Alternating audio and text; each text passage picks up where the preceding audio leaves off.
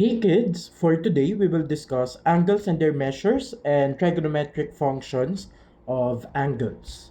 So let's start with a quick recall. So I want us to recall the point function. So recall that given a unit circle, I'll draw our unit circle here, and let's consider this point 1, 0. We can talk about the function p. We can talk about the function p that sends a real number to an ordered pair defined by p of theta equals the point xy, where this xy is a point in the unit circle. This theta right here, this theta right here talks about the length of the arc connecting 1, 0 and xy. And furthermore, we have this convention that if we are measuring counterclockwise, then we have a positive theta, while if we measure clockwise, we have a negative theta. So if we measure counterclockwise, let's use that first for our illustrations. Then this length is of length theta, where theta is positive. Apparently, this theta right here has a special name. So let me find first where 0, 0 is. So this is 0, 0. This is 1, 0. So suppose you have two rays that are sharing a common point.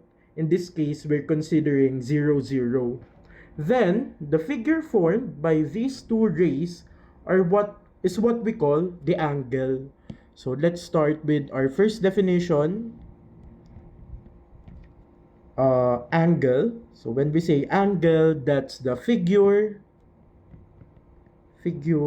formed by two rays sharing a common point.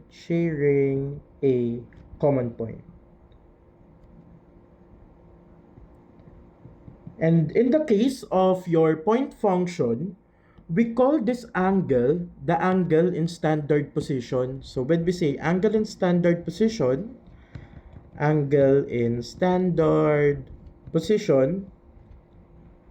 that just means that your vertex, so when we say vertex, that's the common point connecting the two rays. So its vertex is the origin, and one of the rays exactly lies on the x-axis,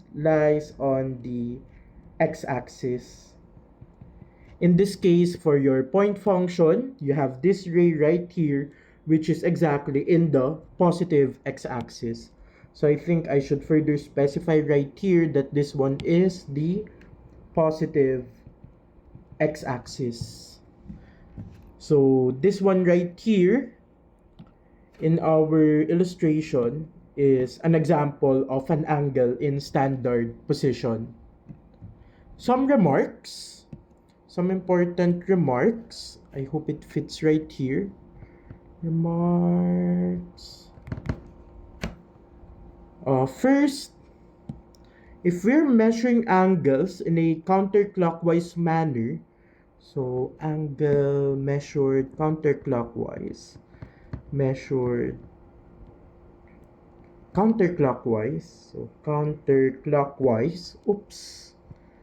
counterclockwise, that means that we have a positive angle. While if we measure your angles in a clockwise manner, then we have a negative angle. Second remark, we have the so-called quadrantal angles.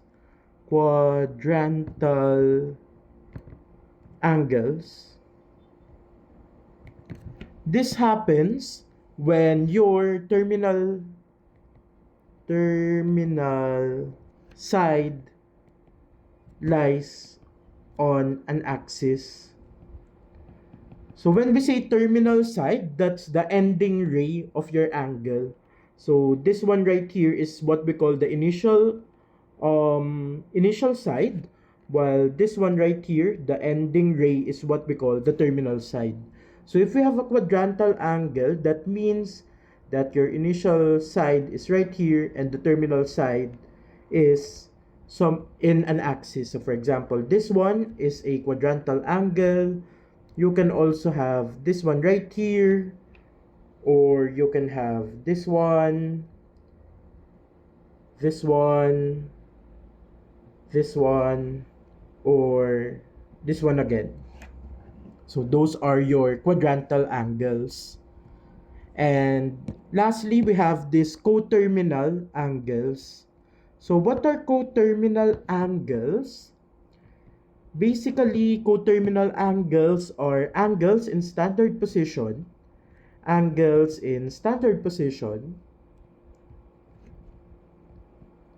same terminal side,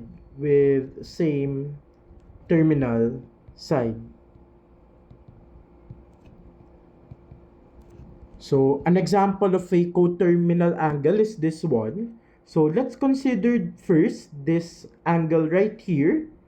If we travel 360 degrees or 2 pi units, then we reach the same terminal side.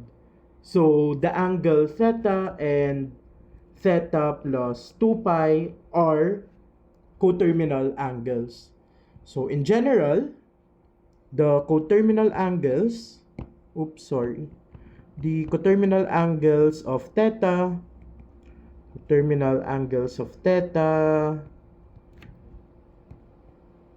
are these angles, theta plus 2k pi, where k is an integer. So why did we define angles? Apparently, this one, as you have seen a while ago, is related to your point function. Just like what I said a while ago, your theta right here is actually quote-unquote the angle. And there are two ways to measure angles. First one is the degrees and the second one is the radians. So measurement of angles. First one is the degrees. So the measurement of degree is from 0 degree to 360 degrees. So when we say 0 degrees, your initial and terminal side lies right here, while 360 degrees represent an entire revolution along your circle. So you might ask, why is it 360 degrees? Why not 300, 340, or 400, so on and so forth? Apparently, 360 is a nice number since almost all numbers less than 10 are factors of 360. The only number that is not a factor of 360 is 7. So if you want to divide a circle into 2, 3, 4, 5, 6, 8, 9, or 10, it's quite easy to work with since all of those are factors of 360. Another reason for that is during the ancient times, I think those are the Babylonians.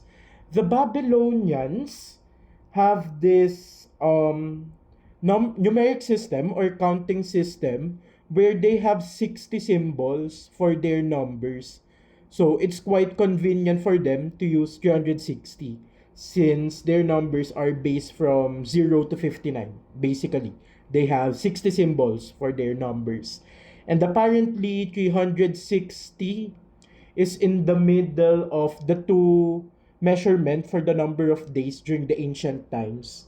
There's one civilization who said that there are 355 days in a year, while there's another civilization that said there are 365 days in a year. So conveniently in the middle we have 360. So they kind of use circles as some sort of a calendar during that time. So during that time they use what they call the degree. However, as you can see, it's quite arbitrary. When I say arbitrary, it's sort of a human invention since it is convenient for them to use the number 360. So recently, scientists prefer to use the radian measure, the radians. So basically, radians is the length of the intercepted arc, length of the intercepted arc, intercepted arc, if the angle is treated as a central angle, as a central angle. So I think this term should be familiar to you from high school. Basically, a central angle is an angle whose vertex is the center of the circle. And if you have the unit circle, this one right here would be your radian measure.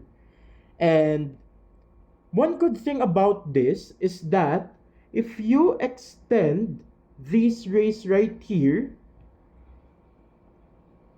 then the ratio between the circumference of the circle, and the radius is constant. It's always 2 pi, no matter what your radius and circumference is. So as you can see, this one is a more natural number since this ratio doesn't really change even if you extend your circle indefinitely.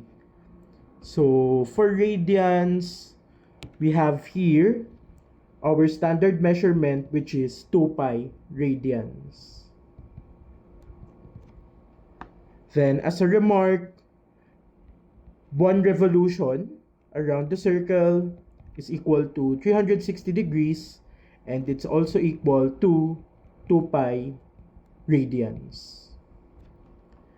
Then lastly, one last remark about measurement of angles is that if the radius of a circle is r, and the arc length is s, then the central angle intercepting the arc has value theta equals s over r. So basically, this is telling us that if you have a measurement theta right here and you have a radius 1, then extending this into a radius r would result to an arc length which is just theta multiplied by your new radius. So that's what that remark is telling us. Basically, if you have a different radius, you can also rescale your arc length while retaining the central angle. Okay? So that's it about measurement of angles.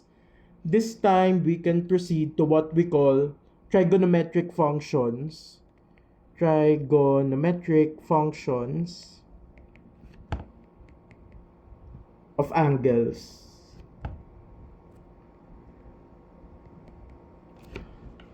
So let's copy our unit circle right here.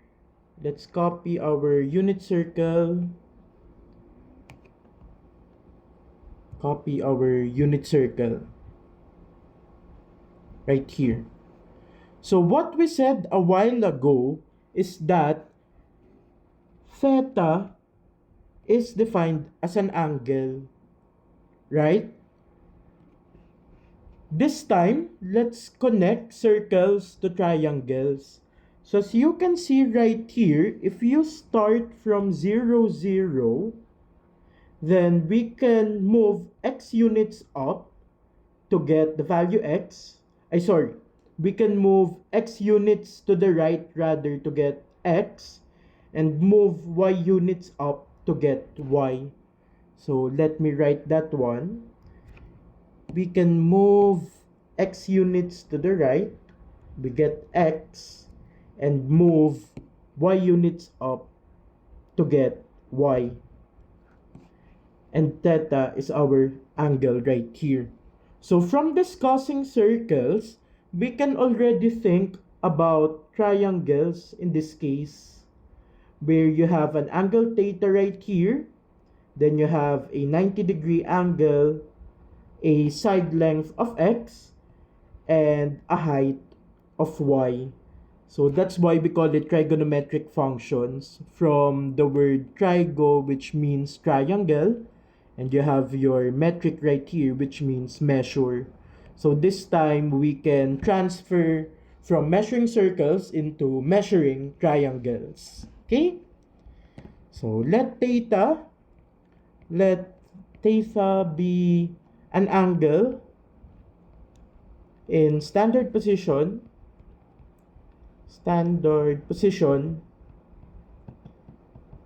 and let xy be any point that is non-zero.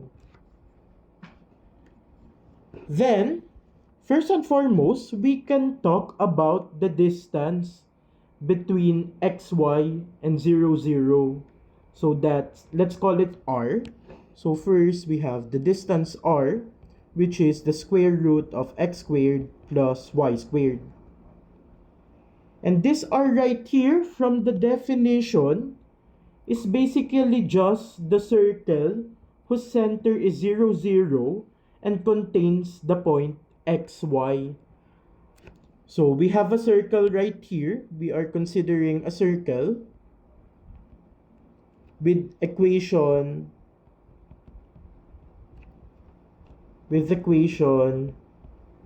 x squared plus y squared equals r squared.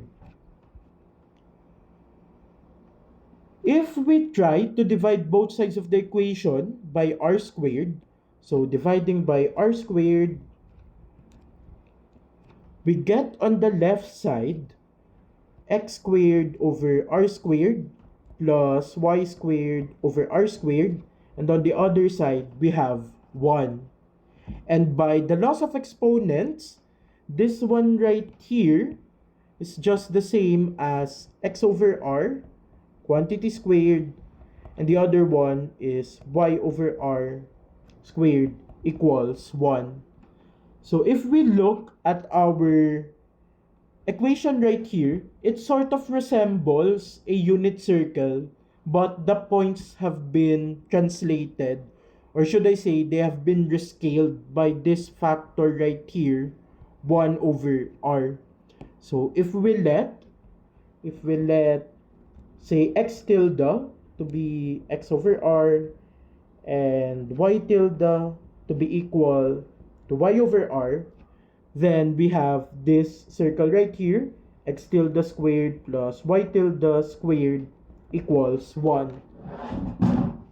So as you can see, we have sort of rescaled this circle into a unit circle.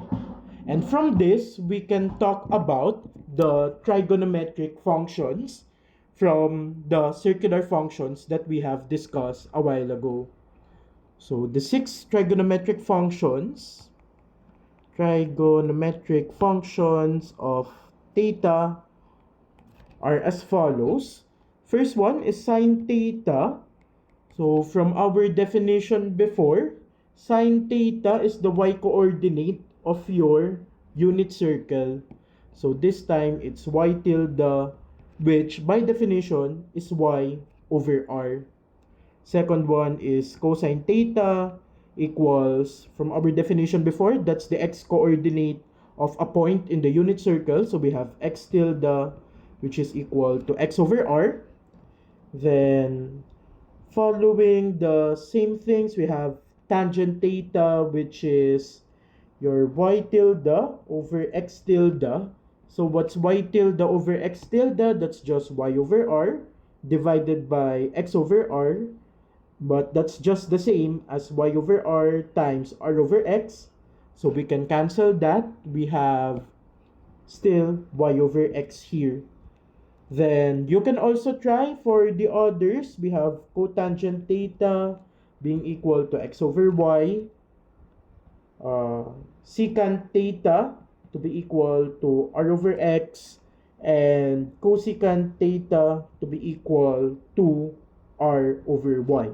So these three right here, I'll be leaving it to you as an exercise. The common values for trig functions are the same as what we have discussed during our discussion class on Tuesday. So please just visit that one. And lastly, before we end, let's talk about the reference angles. Lastly, let's talk about reference angles. So recall from our discussion class, if you have P of theta right here to be equal to xy, then we can also talk about three immediate points derived from this P of theta rather. First is P of pi minus theta, which is just negative x comma y. Then second one, you have P of pi plus theta, which is negative x comma negative y.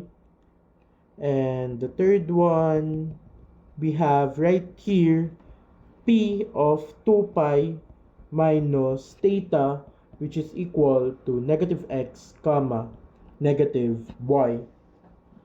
So in this case, the theta right here is what we call the reference angle. So why is it called reference angle? Basically, we obtained these 3 points right here from this angle theta.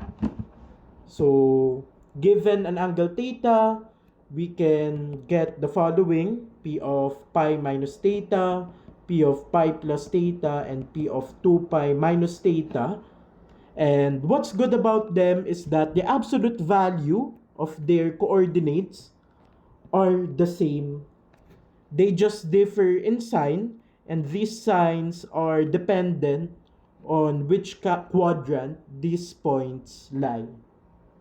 Okay? So basically, that's what your reference angles are. So I've been talking for way too long. I guess we can proceed to some of our examples. So we can now proceed to examples. So please bear with me if I am discussing stuff way longer. I really want to emphasize important concepts. Since we are just starting with studying trigonometry, I really want to make sure that you understand the underlying concepts within this trigonometric functions. So I want you to understand that we started from a circle, then apparently we can talk about triangles just like what we did a while ago, and the circular functions and trigonometric functions are almost the same, right? So let's have our examples. First one, I want us to find the coterminal angle of the following.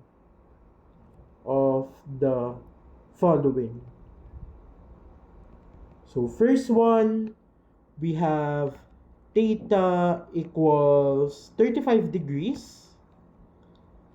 But we want to find the coterminal angle of this one on the interval 760 degrees, 1150 degrees.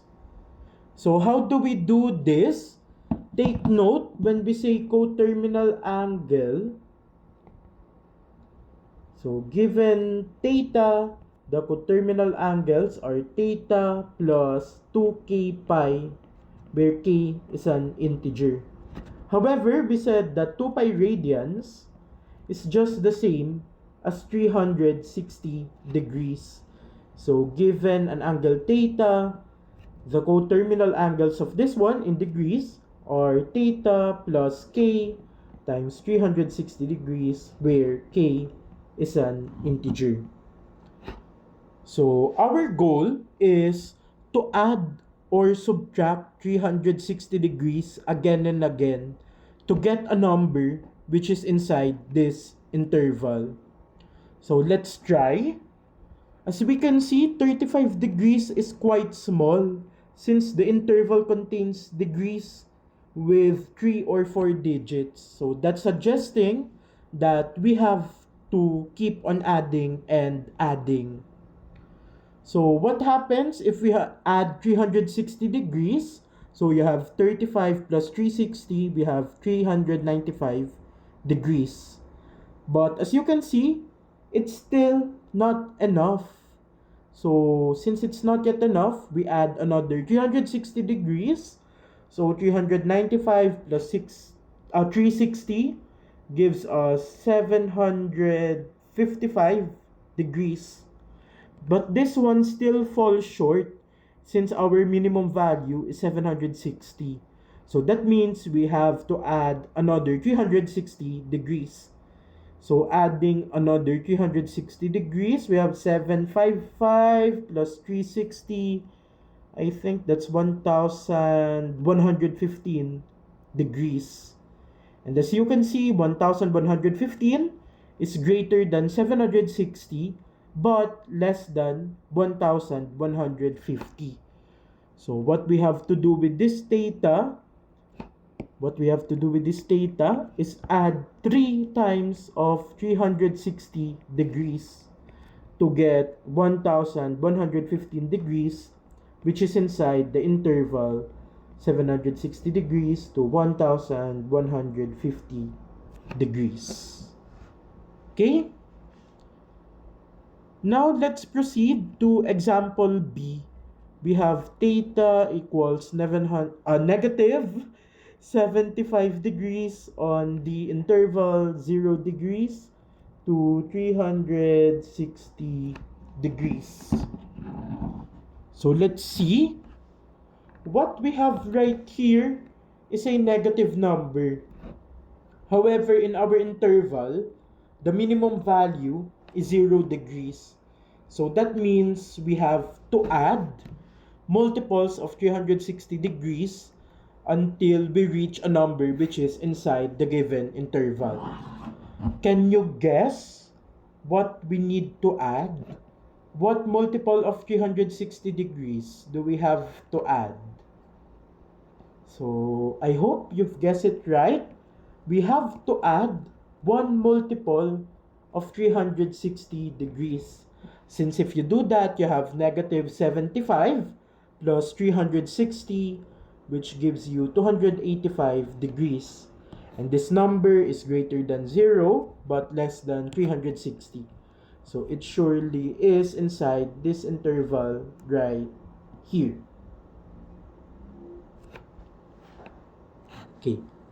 Lastly, let's consider this time instead of degrees, let's go to radians. Theta equals pi over 2 on the interval negative 10 pi, comma, negative 8 pi. So what do we see here? Right here we have a positive number. Pi over 2 is positive. However, we have negative numbers in our interval. All of the numbers inside this interval are negative. So, as you might guess, instead of doing some addition, we have to do subtraction. So, since we are in radians, what we want to do here is to subtract multiples of 2 pi. We're no longer subtracting multiples of 360 degrees. This time, we're subtracting multiples of 2 pi. So, can you guess how much we have to subtract to reach this interval? So, let's try and see. If you subtract 2 pi from pi over 2, what do we get? So take note, 2 pi and 4 pi over 2 are just the same. So we have pi over 2 minus 4 pi over 2, we get negative 3 pi over 2.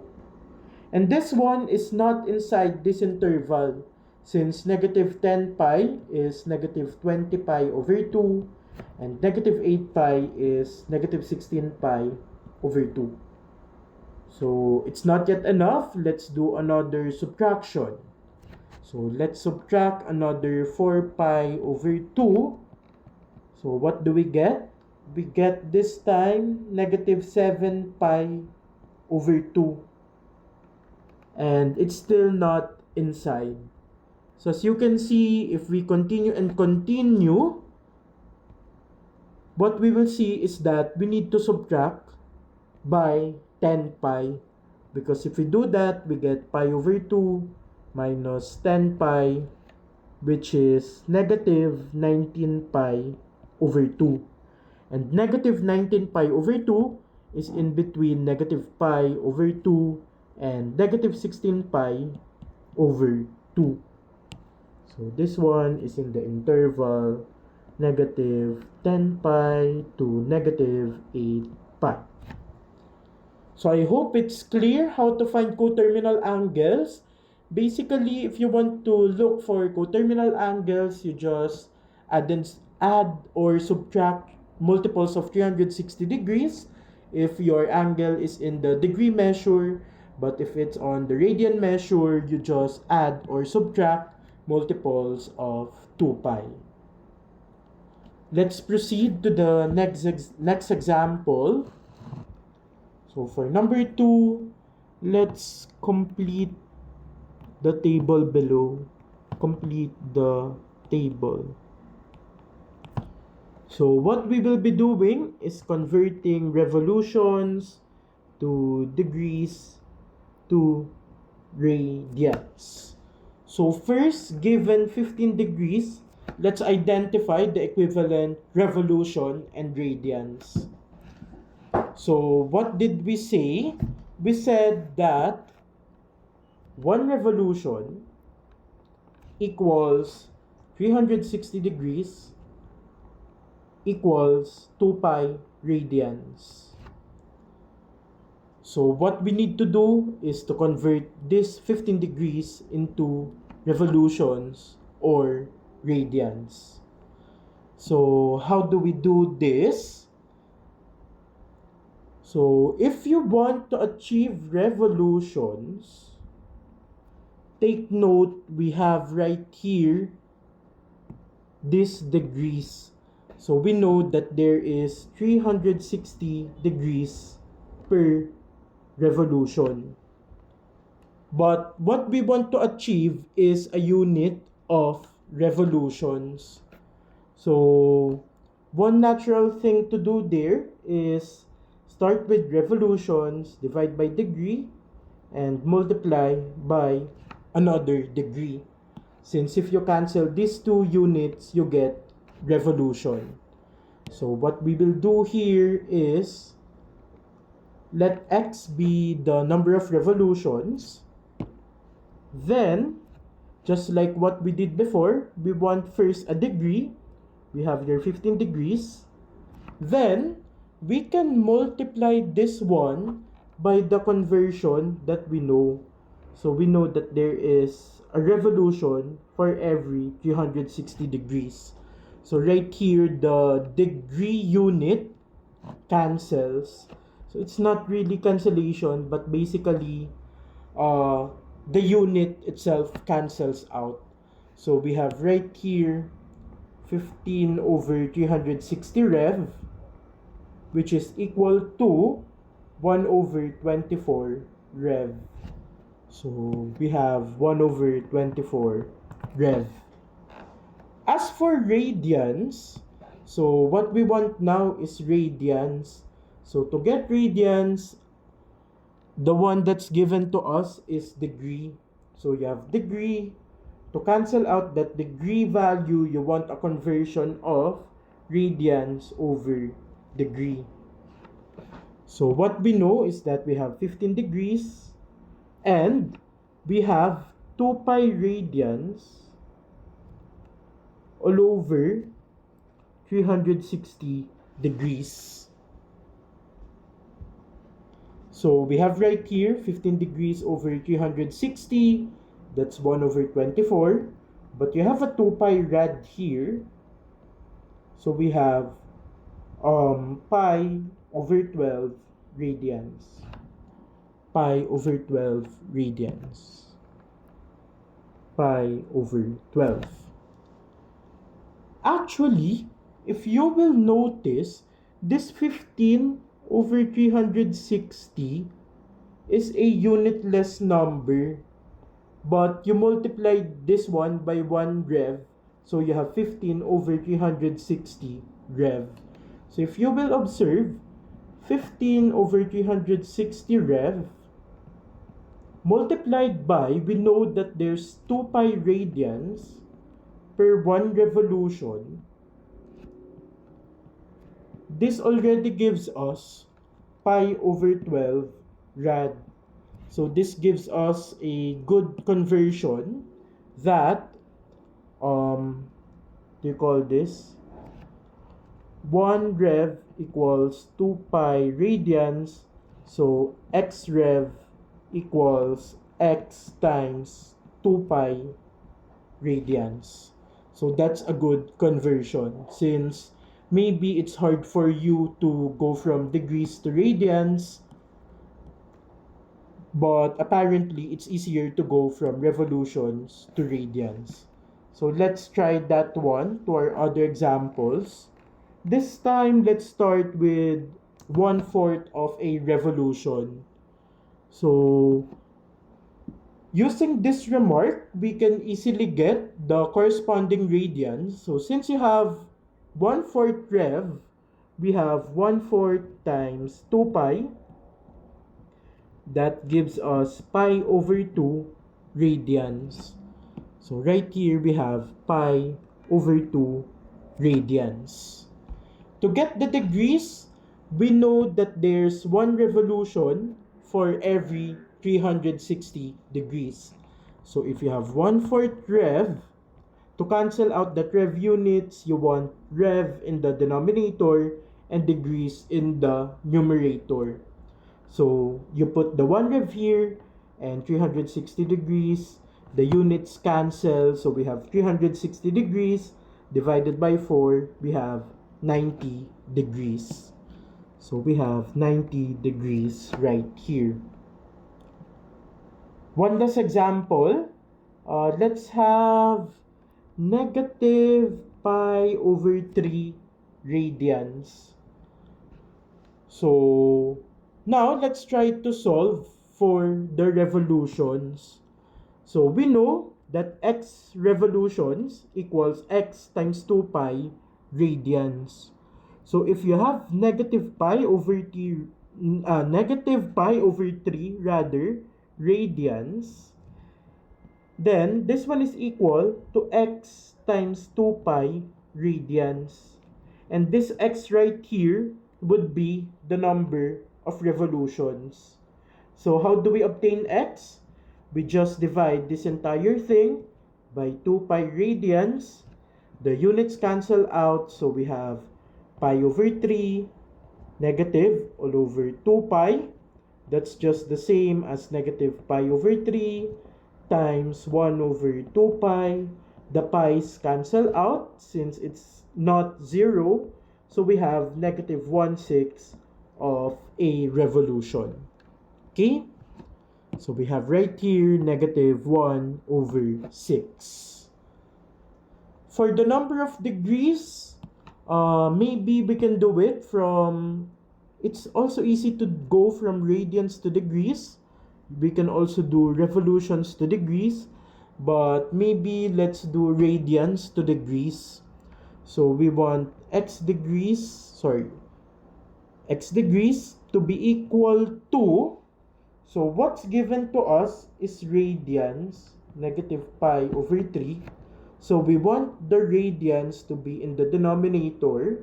So we have 2 pi rad here, and above we have 360 degrees.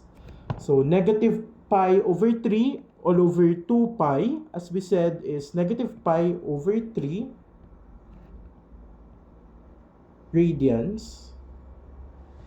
Then we're multiplying by 360 degrees. But negative pi third radians is just the same as negative 1/6 of a revolution times 360 degrees per 1 revolution. So the revs cancel out. We have 360 over negative 6. We have negative 60 degrees. So there are negative 60 degrees. Oops, I think I should use a green pen right here. Negative 60 degrees in negative pi over 3 radians rather. Okay? I hope this one is clear. So let's proceed to the third example. For the third example, suppose you have the point A defined by 4 comma negative 2 square root of 5, which is a point on the terminal side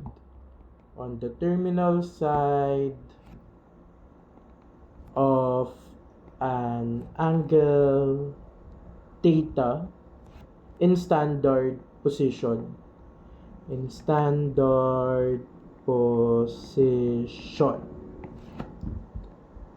First, give the 6 trigonometric function values of theta.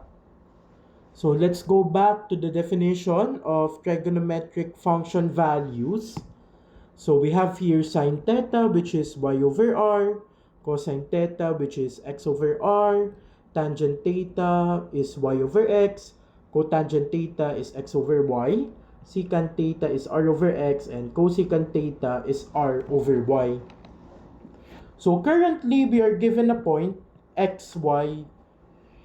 So as you can see, we need this r right here. And r is the distance from the point xy to the origin, which is this one right here. So first and foremost, let's solve for r. Where is it? Okay, here. So given x equals 4 and y equals negative 2 square root of 5, we have that r equals square root, maybe I can put it here, r equals the square root of x squared plus y squared, which is the square root of 4 squared plus negative 2 square root of 5 squared. So 4 squared, that's 16, plus the exponent 2 here could be distributed to each factor. So if you square a negative, you get a positive. Then 2 squared is 4, and square root of 5 squared is 5. So we get here the square root of 16 plus 20, that gives us 36. So we have the square root of 36, 36, which is equal to 6. So from here, we can define everything. We have cosine theta to be equal to x over r. So that's 4 over 6, which is 2/3. Sine theta is y over r.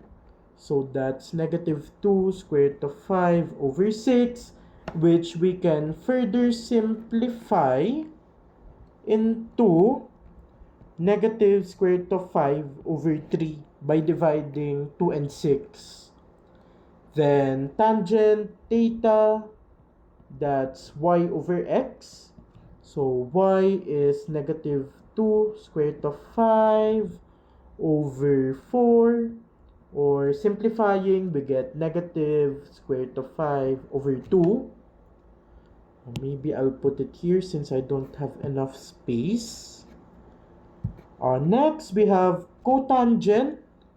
So cotangent x equals, cotangent theta rather. Cotangent theta, that's x over y. So we have 4 all over negative 2 square root of 5, which is negative 2 over square root of 5. Then next, we have secant theta. From definition, secant theta is r over x. R over x, that's 6 over 4, which is 3 halves. And lastly, cosecant theta, that's r over y. So that's 6 over negative 2 square root of 5, which is negative 3 over square root of 5. So I guess I can give you a good hint. First, find cosine, sine, and tangent. Then after that, cotangent theta is just the reciprocal of tangent theta. So given those three, you can already obtain cotangent. The next, secant theta is the reciprocal of cosine theta. And lastly, cosecant theta is the reciprocal of sine theta. So first, find these three functions. Then, to obtain the other three, cotangent is the reciprocal of tangent, secant is the reciprocal of cosine, and cosecant is the reciprocal of sine. Okay? So, I hope letter A is clear. Let's proceed to letter B. For letter B, consider curly C, which is a circle. Be the circle centered at the origin,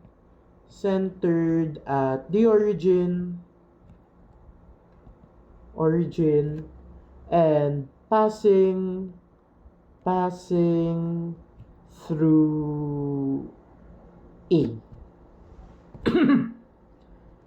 If the length of the arc intercepted by the central angle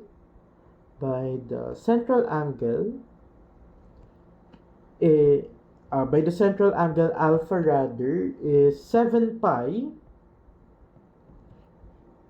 find alpha in radians.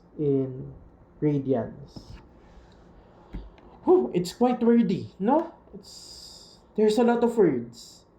However, let's try and understand the problem by drawing it.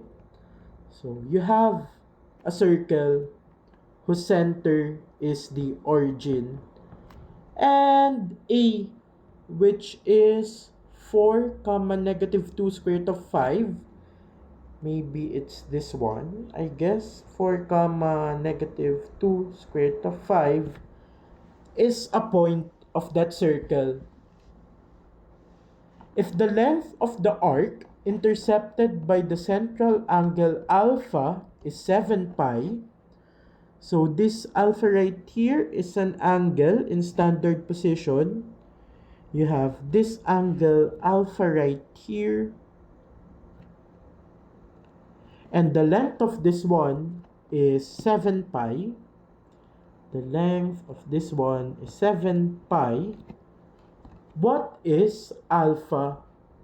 So recall that the length of the intercepted arc, which we call S, let's call it S, divided by the radius of your circle divided by the radius of your circle is equal to the central angle. So that's the one that we said a while ago right here. If the radius of the circle is r and the arc length of the intercepted arc is s, then the central angle has value s over r. Okay, s over r. So we have s to be equal to 7 pi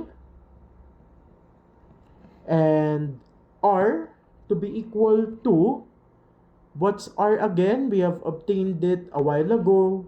We have r equals 6. So we have 7 pi over 6 equals alpha. And that's our final answer.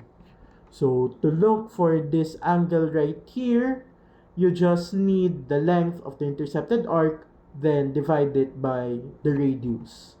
So alpha equals s over r.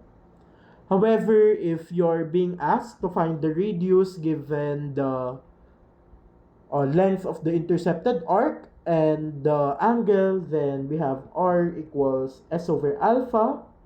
Or if you are being asked to find the length of the intercepted arc, you have s equals r times alpha. Okay?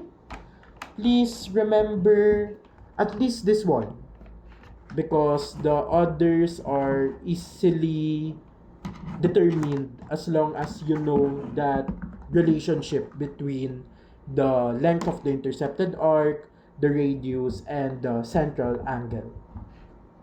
Okay. One last set of examples. Okay.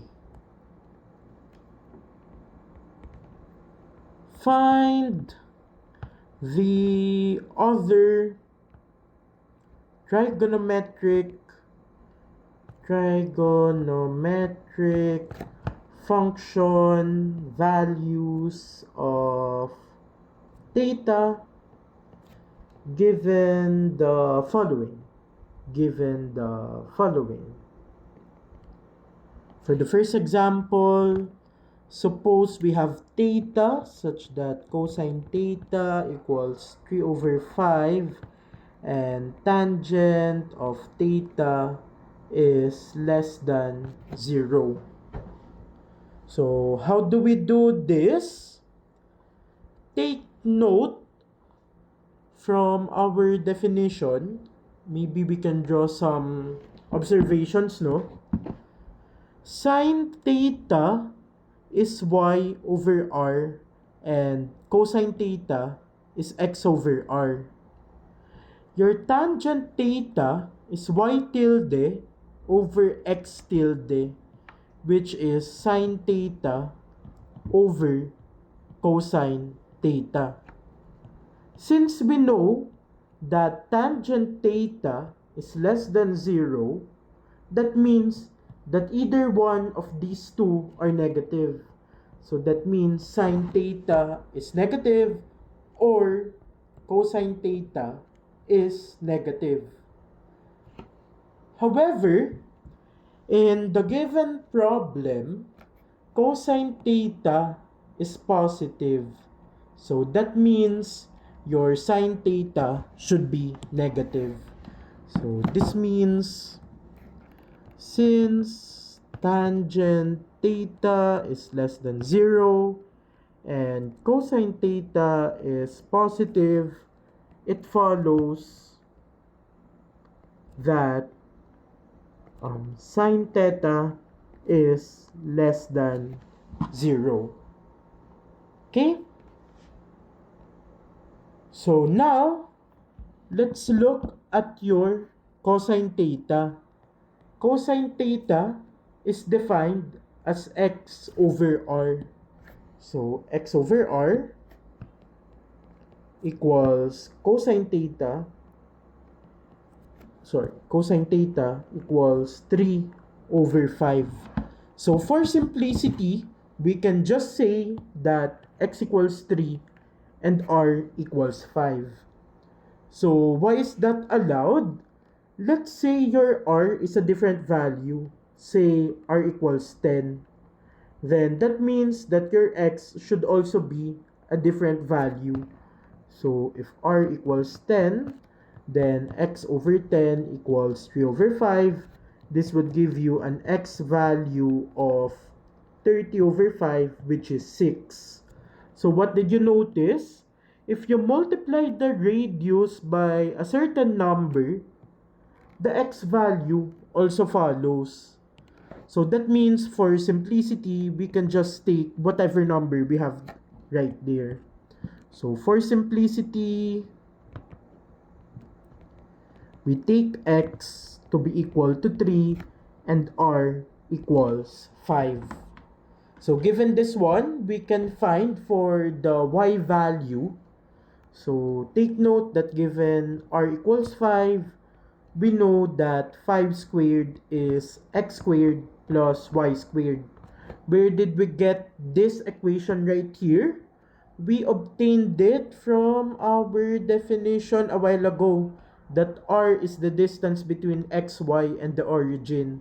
So squaring both sides, you get r squared equals x squared plus y squared. But your r in this case is 5, so 5 squared equals x squared plus y squared.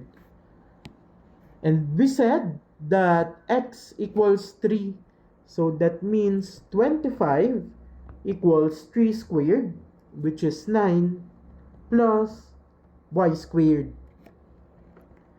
So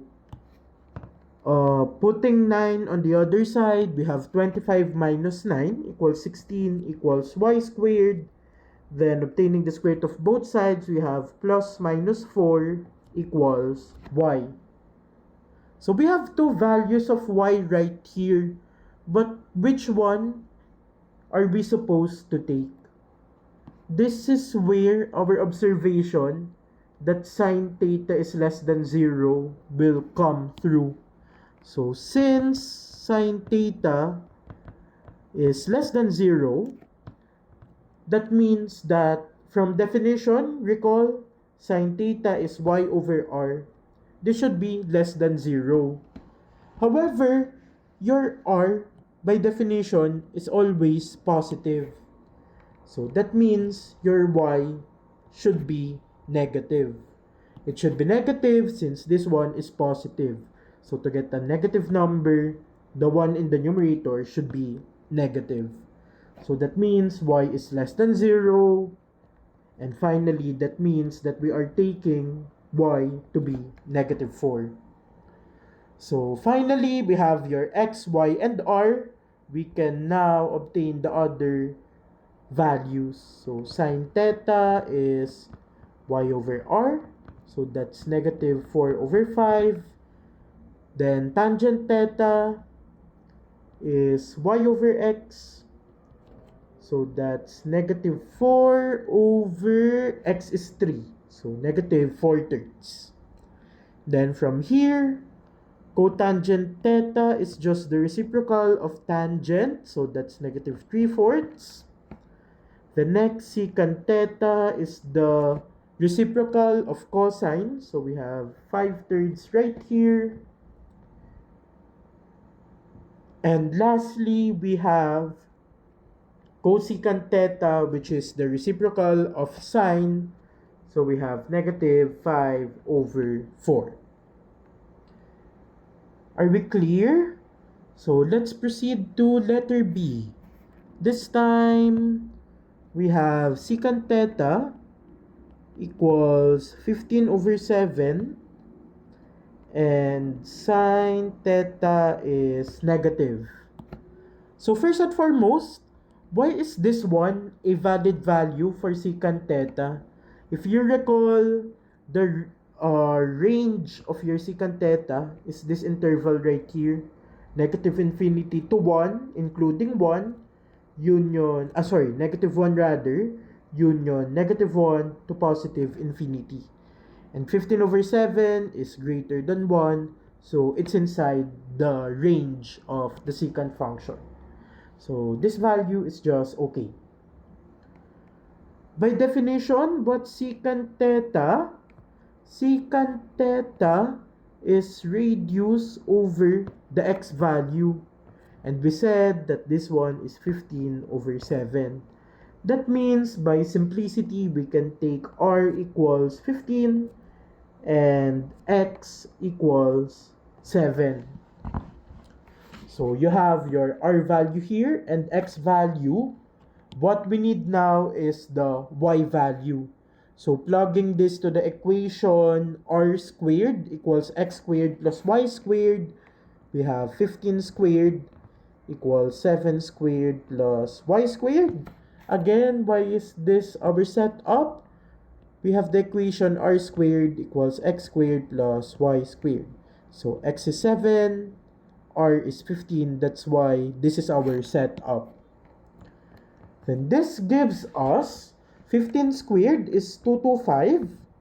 Then this 7 squared, which is 49, will be transferred to the other side. We have minus 49 equals y squared. 225 minus 49, this is 176. So 176 equals y squared. Then obtaining the square root of both sides, we have y equals plus minus square root of 176. And maybe let's just leave that as is. Let's not simplify further. We might get more mistakes if we do that. Maybe we will obtain some arithmetic error. So, once again, we have the same problem. We are not sure whether we have to take the positive or the negative square root. However, we have this condition.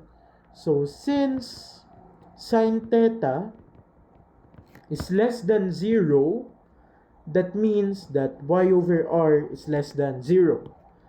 Then r is positive, so that means y is negative, which would give us y equals negative square root of 176. So we can now obtain the other trigonometric function values. We have sine theta that is y over r. So that's negative square root of 176 over r, which is 15. Next, cosine theta. Cosine theta is just x over r. But you already have secant here, which is the reciprocal of cosine. So let's just obtain the reciprocal. That's 7 over 15. The next, tangent theta is y over x. So y is negative square root of 176 and x is 7. So you have this one right here.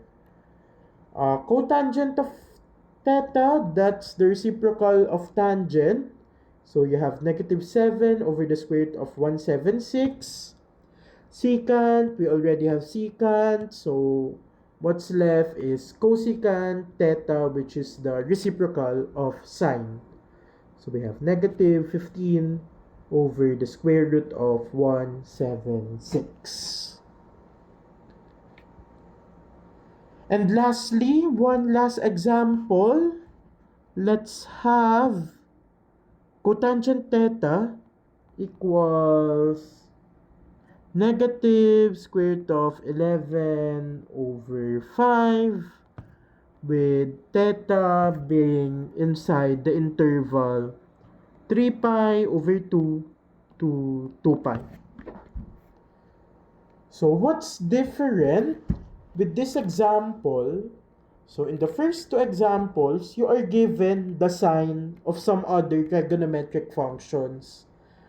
However, this time, you're only given the location of theta.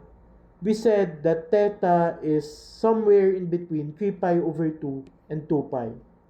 So this is where our knowledge on the point function comes in. So recall, this is p of 0, p of pi over 2, p of pi, p of 3 pi over 2.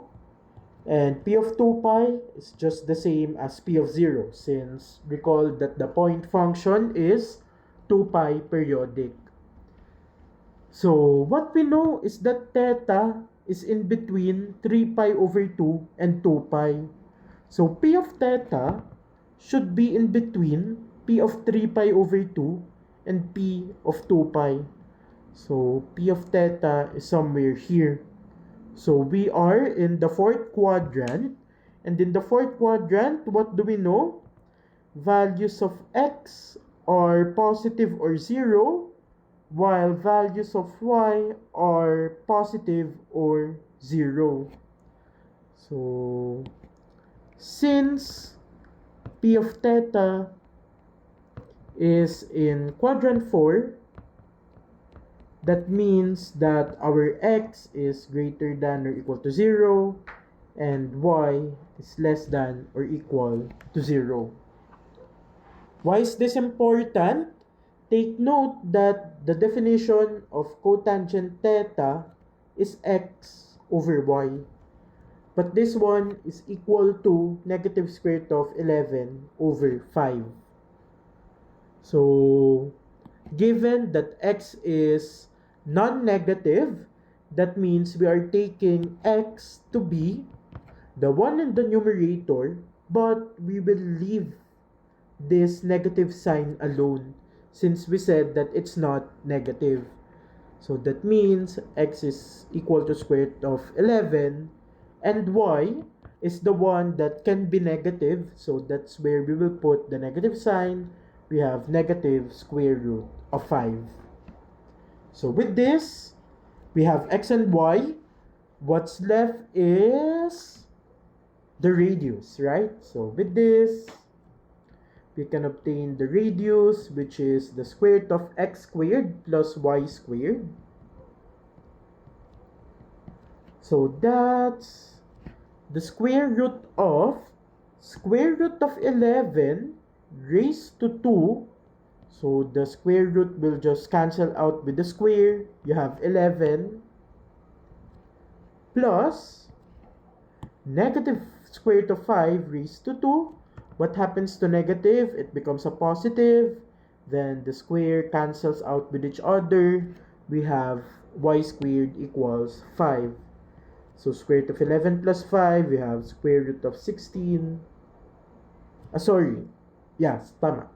Square root of 16 equals 4. So, finally, since we have x, y, and r, we can obtain the other values. So, sine theta, once again, that's just y over r. So, that's negative square root.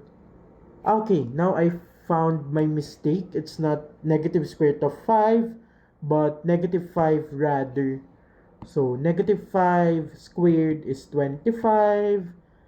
This one should be 25. 11 plus 25 is 36. 36.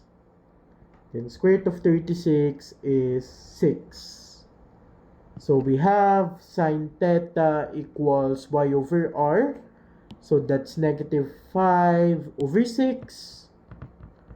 Then next we have cosine theta. This is x over r.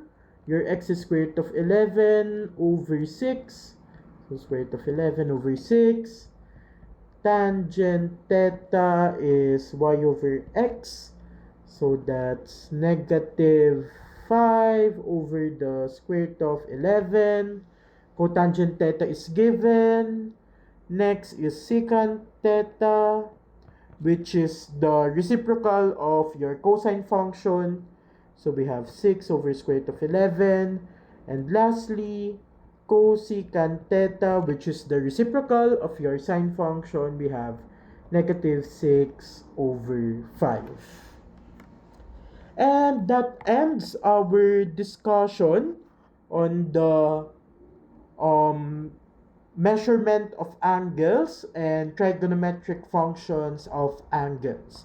So thank you everyone and have a good day.